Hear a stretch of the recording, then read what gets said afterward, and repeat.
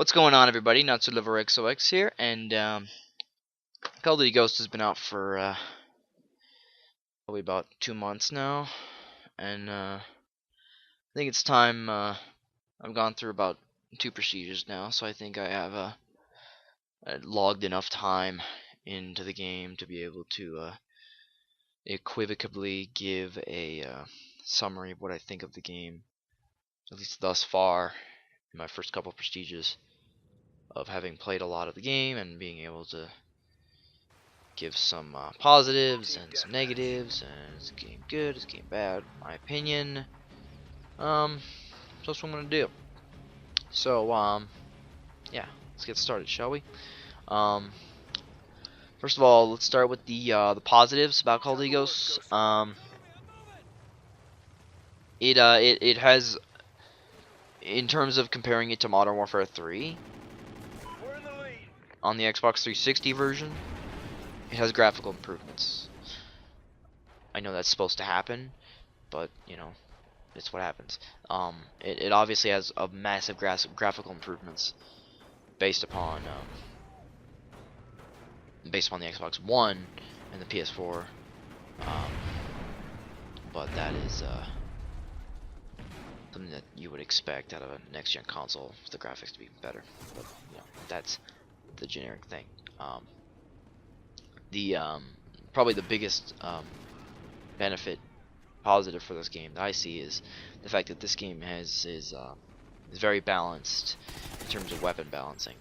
I don't see an overpowered gun aside from, well, even when I think about it, there's no real overpowered gun. There's no real gun that shines above the rest in terms of, there's no MP40 from Modern War. There's no MP40 from World at War. There's no MP5 from Call of Duty 4. There's no ridiculous, you know, this is the gun that everyone goes to.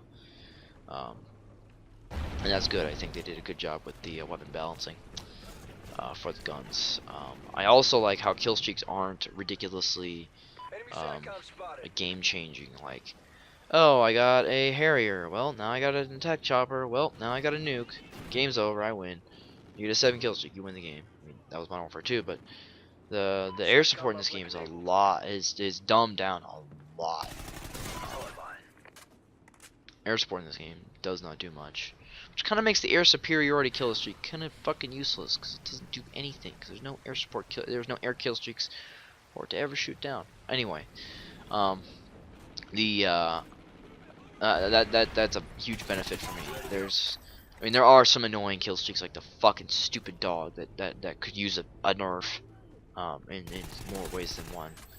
But they're not game breaking, they're not game changing like the nuke was from Modern Warfare 2, or the chopper gunner was from Modern Warfare 2, or the Pavlo was from Modern Warfare 3, or you know, things like that. They're not just absolutely game breaking, which is good. I like that. That's a good thing.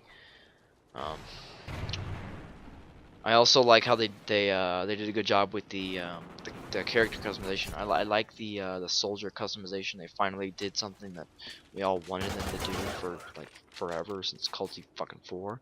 It gives you the ability to customize your soldier. I can finally have a female soldier now, thank God. So that's a huge benefit for me, and I like how the leveling system works per soldier instead of per you know, prestige, which is cool. And it's really a cool thing for me that you can just kind of swap up stuff and you don't lose stuff. And I like the way squad points work, and I like the pick 10s, the way that they took the pick 10 system from Black Ops 2 and they altered it and changed it and made it their own and stuff like that. So that was pretty cool. Now it's really all I can think of in terms of positive things. Let's go into the negatives, which to me, fucking, I don't know what to think about this game, man. It's okay.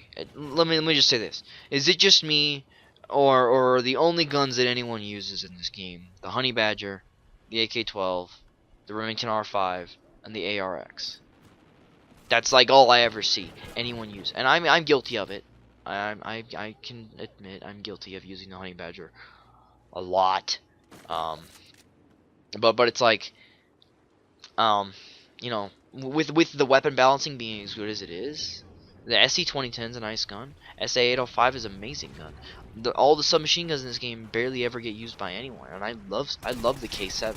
I love the Bison. It's great, but no one uses them, and it becomes very annoying when everyone uses the same gun over and over and over and over again. It just, when you've been killed by the exact same gun like 25 fucking times in one game, well, not one game, 'cause you die 25 times in one game, unless you're terrible.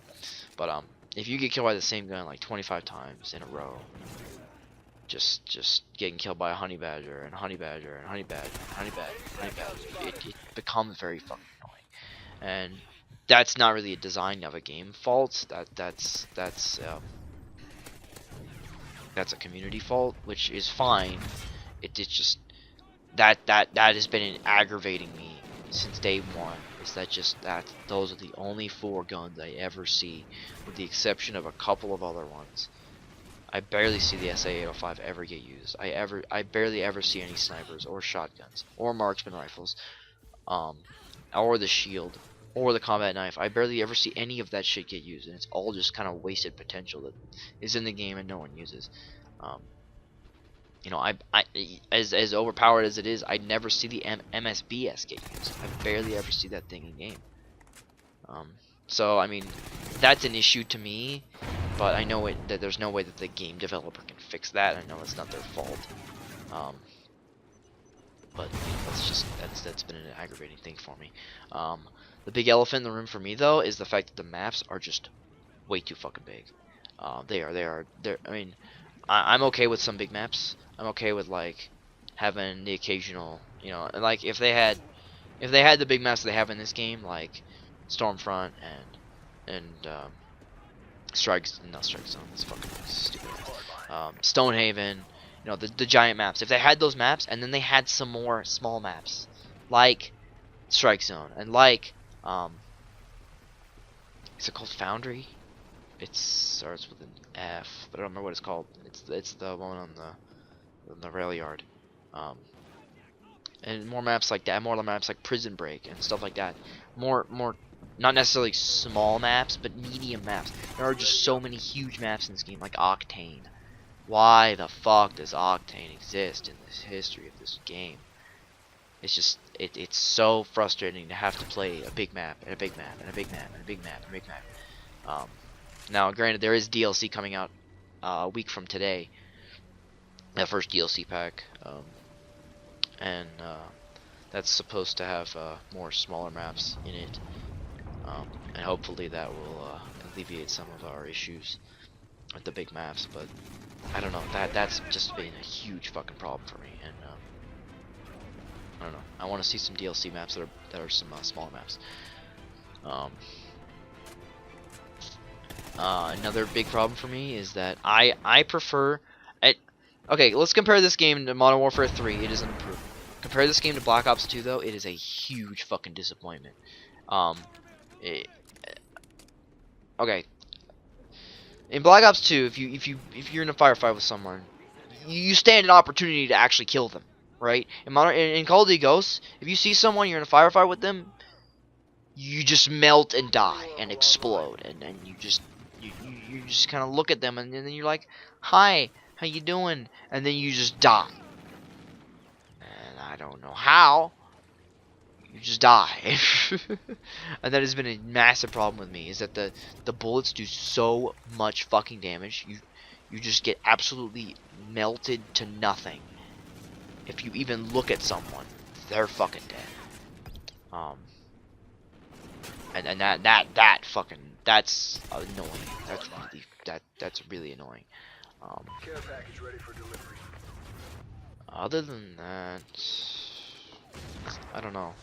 I also don't like how there's less customization in this than Black Ops 2, but again, it's a Treyarch versus an Infinity Ward game, and Treyarch's been big on customization in the past, and Infinity Ward hasn't, which I guess it's fine if that's what they want to do, but like, I miss my emblem editor, I miss my kawaii camo, I miss my, crazy camos. Where are those? Maybe they'll give us some more camos in DLC, hopefully that's the case, because I want to see that. Anyway, So let me know what you think in the comments. Please be sure to leave a like and be sure to subscribe. Tell me if I'm an idiot. Tell me if I'm on track with this.